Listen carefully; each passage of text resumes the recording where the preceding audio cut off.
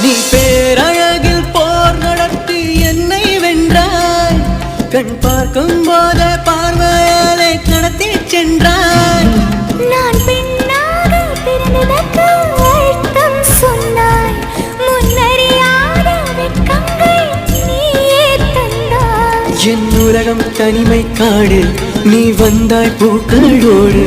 இனி தொடரும் கனவுகளோடு.